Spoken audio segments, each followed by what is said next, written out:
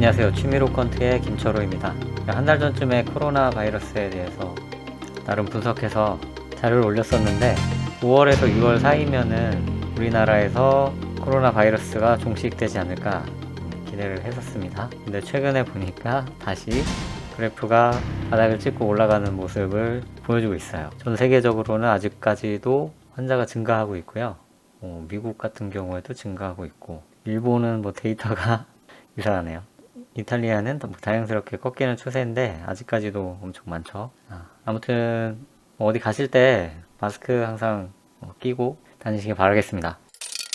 저 홈페이지에서 취미로 컨트 코너를 운영하고 있습니다. 광자들 하나하나 올리고 있고요. 그리고 최근에 페맥스라는 거래소에서 제안을 주셔서 또 레퍼럴을 받게 되었어요. 100배 레버리지까지 사용하실 수 있는 거래소고요. 뭐 비트맥스나 바이미트랑 사용하시는 건 같으니까 한번 가입해서 이용해 보시고요. 그러니까 레버리지를 쓸 수 있는 계약 거래와 그냥 일반적인 현물 거래도 할 수 있는데, 현물 거래 같은 경우에는 프리미엄 회원으로 가입을 하시면 그 수수료가 없다고 하거든요. 그러니까 뭐 이렇게 단타 많이 치셔가지고 수수료 부담이 많으신 분들께는 좋을 것 같아요. 근데 아직 뭐 다른 거래소들보다는 사용자가 적기 때문에 거래량이라든가 이런 것들을 따져보시고 가입하시기 바라겠습니다. 그래서 이 링크를 클릭해서 페맥스에 가입을 해주시면은 제가 이 심화반 6개월을 또 드리니까요. 바이비트하고 페맥스 둘 다 가입을 해주시면은 심화반 1년 기간을 드릴 수 있습니다. 그리고 레퍼럴 금액에 따라서 그 금액을 심화반 연장에 사용하실 수도 있고 아니면 실전반으로 등업해드리는 용도로 사용할 수 있으니까 레퍼럴로 가입하신 다음에 UID를 저한테 알려주시기 바랍니다. 여기 문의하기 누르셔서 UID 알려주시면 돼요. 그리고 오늘 새로운 투자 아이디어가 생각나서 여러분들과 함께 생각해보는 시간을 갖겠습니다. 변동폭에 대한 아이디어예요. 이렇게 하루하루 보면은 비트코인이 여기를 보시면 되겠죠. 시가 대비 종가의 가격 폭이 있습니다. 그래서 뭐 많이 오를 때는 16%도 오르기도 하고요. 6.92%, 3%, 뭐 내려갈 때도 여기에서는 뭐 42%.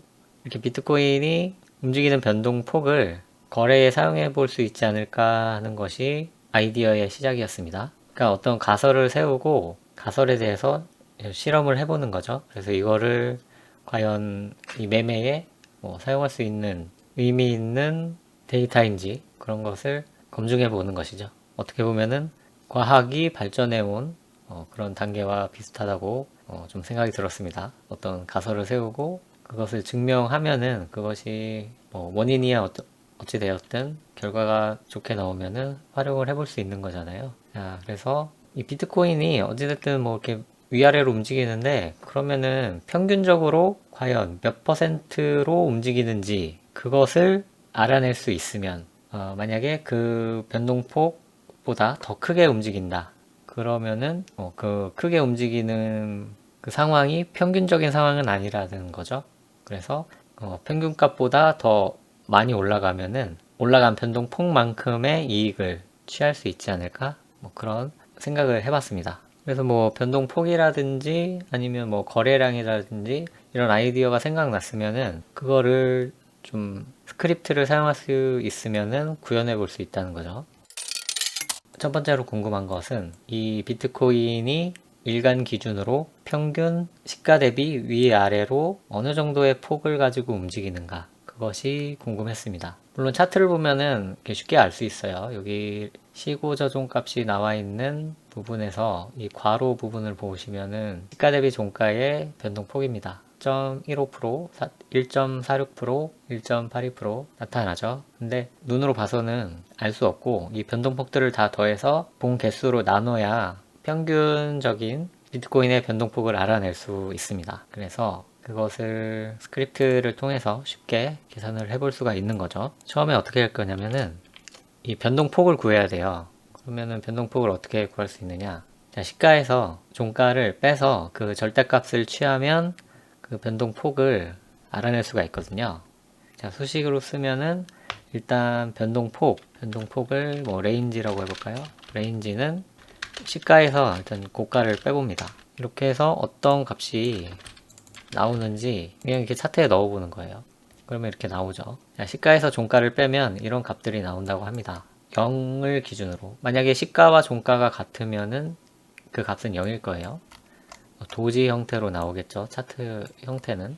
이런 구간에서 이제 0에 가깝죠. 근데 만약에 양봉이라면 그 종가가 더 크니까 이 값은 음수로 나올 겁니다. 그리고 음봉이면은 시가가 더 크기 때문에 이 수는 양수로 나올 거예요. 근데 우리가 궁금한 거는 그냥 폭이기 때문에 여기에다가 절대값을 취해줍니다. 절대값을 나타내주는 함수는 abs라는 함수가 있거든요. 그래서 abs하고 괄호 하시고 그 안에 어떤 수치를 넣으면 그 수치가 음수인 경우에는 그냥 양수로 이렇게 올려줍니다. 그럼 이것이 변동폭인 거예요. 자, 크게 보면은 자, 이날의 변동폭이 가장 크다라는 것을 볼 수가 있죠. 그리고 이날도 그 다음 번으로 컸고, 근데 이런 변동폭들의 어떤 평균적인 값을 알고 싶은 거예요. 그래서 비트코인이 평균 어느 변동폭으로 움직이는지. 그래서 어떻게 했냐면은 이제 다음에는 이 변동폭들을 퍼센트로 이제 백분율로 나타내주면은 좋을 것 같다라는 생각했어요. 왜냐면 이 밑에서의 10달러의 움직임과 이 위에서의 10달러의 움직임은 다르기 때문에 이제 백분율로 나타내 주는 것이 좋겠죠. 자, 백분율은 이제 시가 대비 변동폭에 대한 백분율이기 때문에 이것을 이 나온 변동폭에 대한 절대적인 값을 시가로 나누고 여기다 100을 곱해주면은 퍼센트가 나오는 거죠. 그래서 시고저종값 옆에 있는 이 괄호 부분을 보시면은 이쪽에 나온 값이랑 이제 같아지는 것을 볼 수가 있어요. 42.25%. 근데 여기는 소수점이 지금 한 자리밖에 안 나오니까 정밀도를 두 자리로 높여주면은 똑같이 나오겠죠. 절대값이니까 항상 양수입니다. 이 변동폭의 길이만 취한 거예요. 위에 거는 이제 필요 없으니까 지워주고, 변동폭을 이렇게 퍼센티지로 나타냈는데 그러면은 평균적으로 몇 퍼센트가 되는지를 이제 구하면 되는 거예요. 그래서 이 백분율을 누적합니다. 그래서 누적이라는 뜻이 이제 accumulate가 있으니까 변수명은 뭐 ACC 앞자리를 따서 ACC로 한 다음에 ACC 레인지에다가 이제 다 이 레인지 값을 더해주는 거죠. 더해주는데 파인 스크립트에서는 어떤 변수에다가 이전 값을 계속 더해가지고 누적을 하려면은 이 var이라는 것을 사용해서 변수를 먼저 선언을 해줘야 합니다. 이런 식으로 선언해 주시고 ACC 레인지에다가 이제 레인지를 계속 더해 가면 되는 거예요. 네, 이렇게 하면은 이제 더해지는 값이 없으니까 더하기 누르시고 ACC 레인지에다가 레인지 값을 더해서 다시 ACC 레인지로 넣어주면 되는 거죠.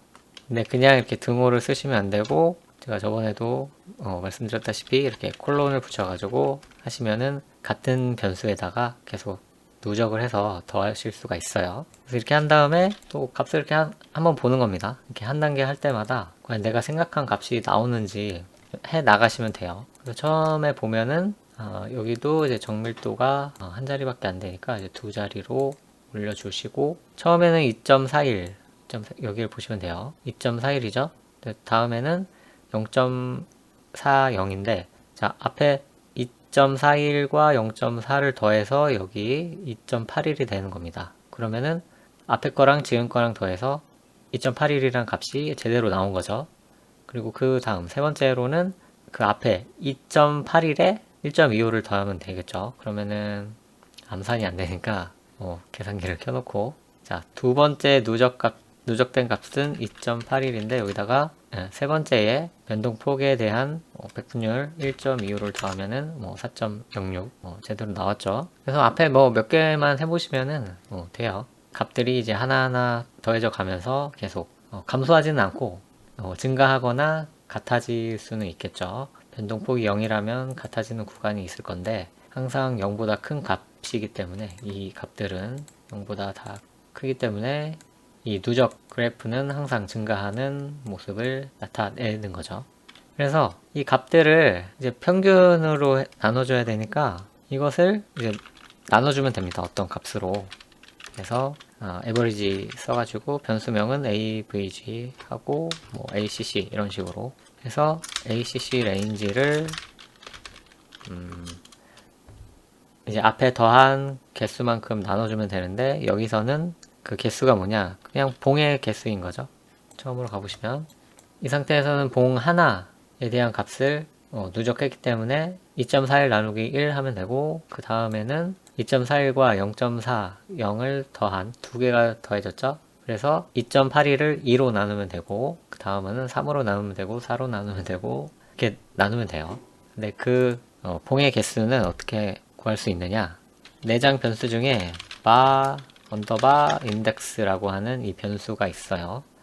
이게 바로 이 봉 하나하나에 이름표가 매겨지는데, 가장 처음에 나온 것이 0이라는 이름을 갖고, 두 번째는 1이라는 이름을 갖고 계속 하나씩 더해가면서 이 바 인덱스라는 이름이 이렇게 더해지게 됩니다.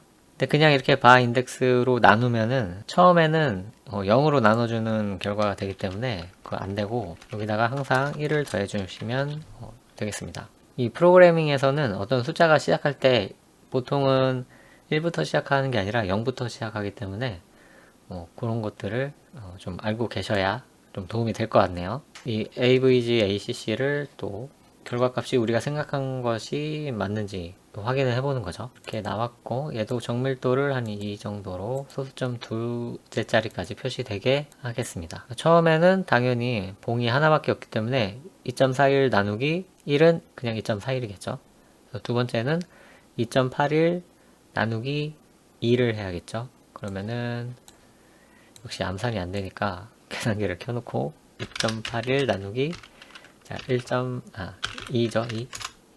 2면 이제 1.405가 나오는데, 여기에서는 1.41이 나왔죠. 이것은 왜 그러냐면은 여기에서는 이제 두 자리밖에 안 나왔지만, 이거를 최대로 보여줄 수 있는 자릿수를 늘려보면은 2.81이 아니라 2.8145 뭐 이런 값이 나오는 거죠. 그 밑에 것도 소수점 이하 자리가 많기 때문에 정상적으로 해보면은 뭐 2.81457011을 2로 나눈다 그러면은 뭐 비슷하게 나오죠. 뭐 앞에 거 뭐 몇 개만 해보면 우리가 생각한 값이 제대로 나오는지 그것을 판단해 볼 수가 있어요. 우리가 생각한 대로 잘 나온 것이라고 저는 생각이 드네요. 근데 이게 문제점은 뭐냐면은 이제 초반에는 오차가 크다고 생각해요, 저는. 그렇기 때문에 초반에 그거는 뭐 여러분들이 기준을 어떻게 잡느냐에 따라서 다르긴 하지만, 글쎄요, 뭐 100개? 100개 정도까지는 좀 거르고 보셔야 되지 않을까 그렇게 생각합니다. 그래서 우리가 도출해낸 이 그래프가 의미하는 바가 뭐냐, 전체적으로 한번 볼게요. 자, 이 초반에는 이 움직임 변동폭이 굉장히 커요. 왜냐면 표본 개수가 많지 않기 때문에. 그리고 이 지표는 값을 계속 엄청나게 많이 누적시킬수록 그 신뢰도는 올라간다고 보시면 되겠습니다. 그래서 이 지표에서 가장 신뢰도 있는 값은 현재 기준으로 현재 값이에요. 그러니까 2019년 7월에는 이 값이 가장 신뢰도가 높았던 값이고, 2020년 1월에는 이 값이 가장 신뢰도가 높았던 값이고, 자, 현재에서는 자, 가장 마지막에 나온 값이 가장 의미 있는 신뢰도가 가장 큰 값이라는 겁니다. 그래서 현재 기준으로는 2.78을 가리키고 있어요. 이 지표가 2.78이 의미하는 바가 뭐냐, 바이비트에 있는 비트코인의 이 변동폭은 하루 기준으로 평균 2.78%다 라는 거죠. 그러니까 시가 대비 종가의 그 변동폭이 2.78이다 라는 얘기입니다. 그래서 뭐 전체적으로 보면은 뭐 평균, 그러니까 처음에 한 100개 정도를 이제 걸르고 보면은 여기부터겠네요. 그러면은 뭐 2.3에서 한 3%? 그 사이의 변동폭을 평균 갖는다라고 생각해 볼 수가 있는 거죠. 그렇기 때문에 만약에 현재 기준으로는 2.78이기 때문에 비트코인이 2.78%를 넘어가는 변동폭을 보인다면은 우리가 어떤 액션을 취할 수가 있느냐, 그것을 생각해 보게 된 거죠. 그래서 변동폭 하면은 생각나는 전략이 하나 있죠.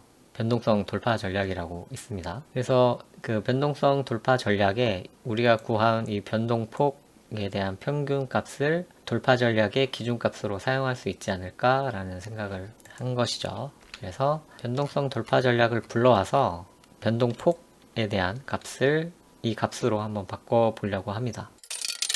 저희 변동성 돌파 전략은 실전반에 가입을 해주시면은 소스를 다 공개해 드리고 있습니다. 그래서 이렇게 변동성 돌파 전략에 대한 백테스트 결과가 나오고 있습니다. 지금까지도 그냥 꾸준한 것 같아요. 이 변동성 돌파 전략은 2018년 말부터 해서 지금까지 한 200% 수익률을 기록하고 있네요. 자, 그래서 이 변동성 돌파 전략에 돌파하는 가격에 우리가 아까 구했던 이 값을 그대로 복사해서 여기다가 써주겠습니다. 그럼 돌파하는 가격은 평균 폭에다가 이제 시가를 더해주면 되는데 전략이기 때문에 이전 종가를 써야 돼요. 이전 종가에다가 이전 값을 더해주는데 여기다가 이제 곱하기 K 값을 해가지고 K롱이죠. 값을 해가지고 이것을 돌파하면 매수가 되게 한번 해보겠습니다. 이게 지금 퍼센트로 나온 값이니까요. 종가에다가 이 퍼센트를 곱해서 이렇게 더해주는 게 맞는 것 같아요. 다시 넣어보면은 값이 안 나오네요. 자, 이게 100분율이니까 이걸 100으로 또 나눠줘야겠죠. 아, 됐습니다. 제가 한번 해봤거든요. 그래서 좀 효과적인 값이 나온다는 걸 이제 알고 있었는데 여기서 잠깐 헷갈렸습니다. 보시면은 이것도 어느 정도 우상향하는 모습을 보이고 있어요. 그래서 얘도 빨간색으로 한 다음에 변동성 돌파 전략이랑 겹쳐 보겠습니다. 그래서 결과를 보시면 이 빨간색이 우리가 도출해낸 그 비트코인의 하루 변동폭을 기준으로 돌파 기준값으로 썼을 때의 결과거든요. 얘도 어느 정도 올라가는 것을 볼 수가 있어요. 근데 아까 말씀드렸다시피 초반에 그 변동폭이 표본의 개수가 많지 않기 때문에 어느 정도 오차가 날 것으로 저는 생각한 거죠. 그래서 현재 이제 2018년 11월 14일부터 지금까지인데 뒤에 만약에 결과가 있었다면은 이 전략에 대한 신뢰도는 좀 올라갈 겁니다. 그래서 비트맥스를 기준으로 한번 다시 볼게요. 그래서 비트맥스를 기준으로 한 다음에 아까 기간을 맞춰보겠습니다. 11월 14일 보면은 성과가 약간 다르게 나오긴 하지만 나름 또 생각해 볼 수 있는 그런 값이 아닐까 합니다. 우리가 누적했던 값을 보면은 이 비트맥스에서도 초반에는 아마 신뢰도가 낮은 값이 나올 거예요. 이 구간에서는 이제 비트코인의 이제 평균 움직임이 2에서 1 사이였는데 계속 이제 누적해 가면은 이제 비트코인의 평균적인 움직임은 2% 후반대로 판단이 되는 거죠. 여기서도 처음부터 계속 누적을 했더니 그 평균 값은 2.74 그 정도 나온 거죠. 다른 거래소를 보겠습니다. 비트파이넥스를 보면은 여기서는 누적해서 평균 낸 값이 2.92 정도로 나오네요. 역시 초반에는 변동폭이 크고요. 가면 갈수록 평균에 가까워지기 때문에 움직임이 저렇게까지는 안 나오는 거죠. 그래서 2% 후반대로 나온다고 지금 보면 될 것 같습니다. 그리고 가장 긴 비트 스탬프 결과를 보면은 역시 2.86% 그러니까 비트코인의 평균 하루 움직임은 2.8% 뭐 그 정도로 생각해 볼 수가 있는 거죠. 그래서 초반에는 표본 개수가 많지 않기 때문에 움직임이 아무래도 완만하지 않고 이제 급격하게 나오지만 가면 갈수록 경사도 완만해지고 위아래로 움직이는 폭도 그렇게 크지 않다는 거 볼 수가 있습니다. 자, 바이비트로 다시 돌아와서요. 우리가 도출해낸 평균 변동폭을 기준으로 한 이 변동성 돌파 전략도 우상향하기 때문에 실제 매매에 활용해 볼 수도 있을 것 같아요.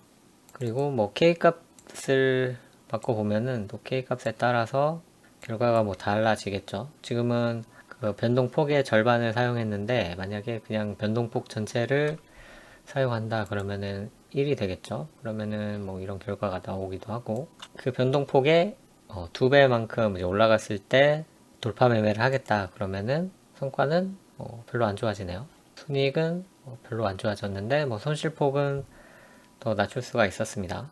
그래서 뭐 변동폭을 기준 변동폭을 좀 높게 잡고 레버리지를 땡겨가지고 매매를 하시거나 그렇게 해볼 수도 있을 것 같네요. 레버리지에 따라서 뭐 그러면 K 값을 뭐 0.1로 주면은 그러니까 평균 변동폭의 0.1만큼 움직였을 때, 그러니까 예를 들어서 뭐 2%니까 0.2%만 돌파해도 매수가 되게 하는 결과인 거죠.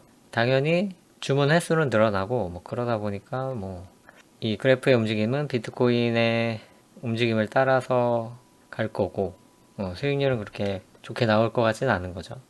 그래서 적절한 K 값을 찾아서 백테스트를 해보고 뭐 이런 값들도 봐야겠죠. 다 손실폭이 어느 정도인지. 이 수치를 높이면 당연히 매매 횟수는 줄어들겠죠. 이렇게 해보면서 뭐 적절한 값을 찾을 수도 있고요. 손실폭이 적은 구간을 선택할 수도 있고, 이 상태에서 뭐 레버리지를 적용하면은 뭐 어느 정도 결과가 나오는지도 볼 수 있고, 제가 보기에는 뭐 0.7? 0.7이 이 순익 기준으로는 가장 높은 결과를 보여주는 것 같네요. 최대 손실폭도 뭐 0.7 수준이면은 좋은 것 같고요. 그러면 비트맥스에서도 이 결과가 좀 유효한지 한번 보겠습니다. 우상향하긴 하는데 바이비트보다는 좀 안 좋죠. 최대 손실폭도 크고요. 기간을 좀 더 늘려보면은 뭐 그렇게 썩 좋아 보이지는 않습니다. 비트파이넥스에서는 뭐 그래도 500% 넘게 2016년부터 나왔고요. 그냥 이렇게 봐서는 일반적인 변동성 돌파 전략이 더 좋아 보이고, 이 전략 같은 경우에는 그래도 수익이 좀 정체하는 구간이 있어서 좀 재미는 없었을 것 같아요. 그래서 이것을 뭐 채용하든지 아니면 뭐 채용하지 않는지는 뭐 여러분들 자유겠죠. 아니면 이 두 전략을 다 사용해서 평균적인 수익을 내신다든지 하시면 될 것 같습니다. 이 비트코인의 하루의 움직임, 이 폭을 이용해서 비트코인의 평균적인 시가 대비 종가의 움직임 폭, 이것을 계산하는 방법을 좀 보여드렸고요. 이 변동폭을 이용해서 변동성 돌파 전략과 접목해서 전략을 만드는 방법, 이런 것들을 간단하게 보여드렸습니다. 간단하긴 했지만 이렇게 여러 가지 설명을 하다 보니까 또 영상이 길어졌네요. 그래서 평소에도 이런 아이디어 같은 것들을 좀 생각하곤 합니다. 오늘은 뭐 변동폭에 대해서 아이디어가 생각나서 그것을 이제 구현을 해봤는데 뭐 썩 좋은 결과는 아니었지만 이것을 이제 변동성 돌파 전략과 연계해서 돌파하는 가격의 기준으로 삼아봤더니 뭐 그래도 우상향하는 결과가 나왔기 때문에 이제 여러분들께도 해드리고, 이 또 변동폭에 대해서 좀 관심 있으신 분들은 여기서도 또 아이디어를 얻으실 수도 있고, 이것을 사용해서 다른 데에 접목해 보실 수도 있을 것 같다는 생각이 들어서 소개를 해드렸습니다. 뭐 변동폭뿐만 아니라 뭐 거래량이라든가 다른 뭐 아이디어는 뭐 차고 넘쳐나는데 그것을 어떻게 구현을 하고, 또 구현하더라도 이런 좋은 결과를 뽑아내야만 또 설명을 드릴 수 있기 때문에 좀 쉽지 않은 것 같아요. 가면 갈수록 이런 아이디어가 생각나고 구현이 잘 되고 결과까지 잘 나오는 경우가 별로 없기 때문에 좀 아쉬움이 많습니다. 그만큼 트레이딩이 어렵다라는 얘기죠.